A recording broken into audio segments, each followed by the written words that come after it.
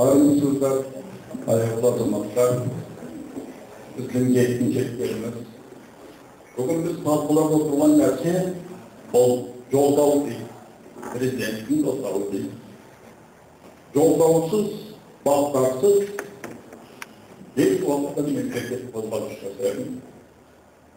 2030 yıllık joldağı degenin içinde öz kençiligi, öz yetiştigi oldu. Al bıyırgı joldağı bugün halk mene.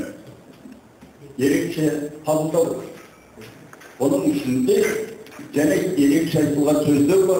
Onun köpçülüğünü demek bölüküm. Kısa sohbet etti. Onu özlerimiz okuyacaklar. Bıyırgı joldağı bizden memleketimizin sayısatında ekonomikanın birinci koyup, ruhani dünyanın ikinci kesinlikle koyulan mesele oldu. Düzgün yolda. Bunun özelliği memleket markasının içinde oldu. Bana bir yıldır olduğunda prezidentimiz aydı. Ziyalı kavumda gerekçe konuştu. Ziyalı kavum gerekçe kurdörlük gönderdi. Kurdörlük olsun gerek. Bana bir ay yol oldu. Keşke bizim deputatlarımız var. Kendi bizden tüngerlerimiz var. Arkadan tüngerlerimiz. Ki de artık madaktav sondan dünya bağışık ediyor. Yolda dedim maktav için, madaktav için yasalga dersiniz. Biz oylamamız gerek hazır. Parasatda gerek gerek. Bana 2021'de 12. ahir zaman olur diye bir kovazlıklı okularında. Bu ahir zaman değil taraftan. 26 bin yılda soğulan bana sana olmaz. Ülkün özgürlüğü bu. Devletin özgürlüğü bu. Mene Allah büyükse bana oturgan bärizimiz o anlatımda ister koyuyoruz. 7. rastamız. 7. rasta degen bu adamların içindeki en bir osal bana teatmarlığına tanık kılgan rast. Allah büyükse yenildi bu özgürlüğün gerekli özgürlüğümüz bu can kumarlığına avsatın rast. Bu özgürlüğü kesizliğin can kumarlığı boyunluğa konmayın. Ben bunu neye ayıp oturum? Prezidentimiz ayıptı. Ziyalı kavmin öldü. İlkerinde, öldü geçerinde bu dünyaya tartışılır idi. Mesela, sizde gayet Kazakistan'ın cadayını başka Respublikanın cadayını saptırıp sormuyor. Devletsizlik alanı. Mene olsunun terin sunuğunun arkasında, olsun sayasal kurabildiğinin arkasında prezidentimizdir. Bizde beş kadar tatlı kuşkopundu. Prezident, olsunun sunu neydi?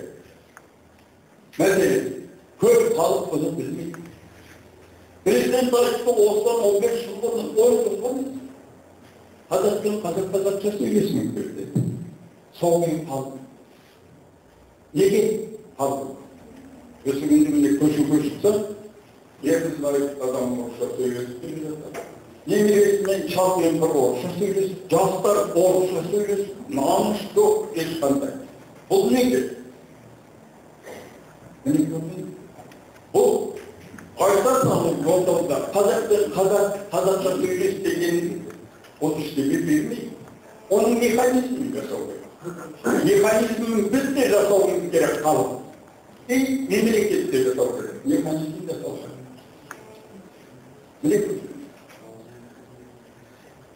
Misal aytganda ziyalı kavimga tartışkan tabız suretinde men bugün sizlerin allarınızda bana kulüptümüz faydalanıp yazı olsun.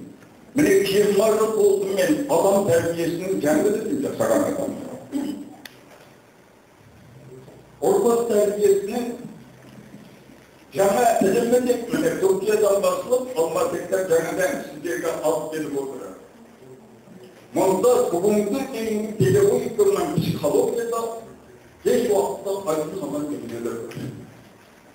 Bunun en tanıdığı değil. Menemden özünün ormanına ziyalı kavim öğretmedi. медицина және педагогика ғылымдарының доктор ретінде мемлекеттің алдында, парламенттің алдында да неше рет қойдым. Мені тыңдаңыздар, адам тәрбиесінің жаңалығын. Адамның тәрбиесі түзелмей, қоғам түзелмейді. Осыған келсеңіздер ме? Адамның тәрбиесі түзелмейді. Сонда ғана қоғамның әділеттілігі де тәрбиесі де өзгереді.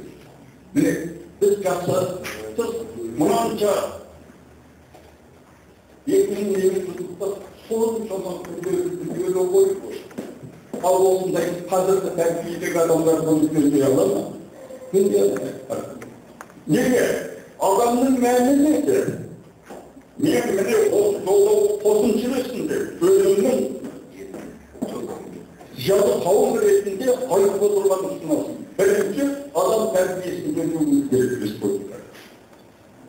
Сіздерге мен айтайын, осы қабылданғаннан бері сондықтан ең бірінші күні бүгінгі үлкен жиналыста үлкен пайдаланып отыр. Осы білім саласында жұмыс істеген адам. Мына адам тәрбиесінің жаңалығымен не үкіметтің алдында, не парламенттің алдында біз талқылайық. Талқыланбай, үкімет қозғалмай, міне 20 жыл ашылғандай үкімет талқыламай, бірақ халқымыз бұның қолданып жатыр. Сіздер де білетін боларсыздар, оқитын боларсыздар. Екінші мәселе.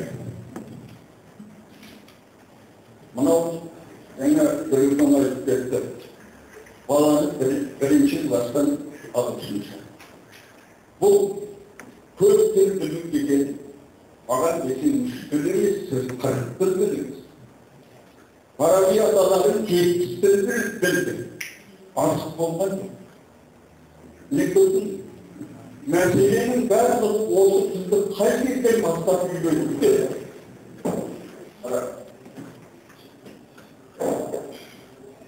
Осы тілді қай жерден бастап үйренуде? Мен оғылманы тәйілмейді. Біз адамымызды шалқықтағанмен тіршіліктің түрі бәнеміз. Бұлар тіршіліктің түрі бәнеміз. Біздің тіршіліктің тұрақты дамы ұстап болды. Біз денсаулығымыздан да міне қазір денсаулық бар.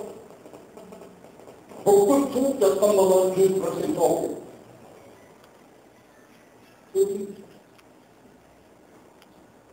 Міне өз тұғымыз білген. Мен бұны арнайы президент аппаратына да, білім министрлігіне де, ана күнгі күзгі күні Қазақстан заманда келіп табылады, екі ректорға түсіп, министерствоның адамын өшіп барады. Біз көп күзділікті қоста емеспіз. Бірақ бала ақшасынан үйрейді, 3 күлкім, қалмағын бар. Бірінші класстан оқуға болмайды. Бұл аксиом. Неге десе баланың мына логикалық жүйесі 9-дан 12 жасқа дейін дейді.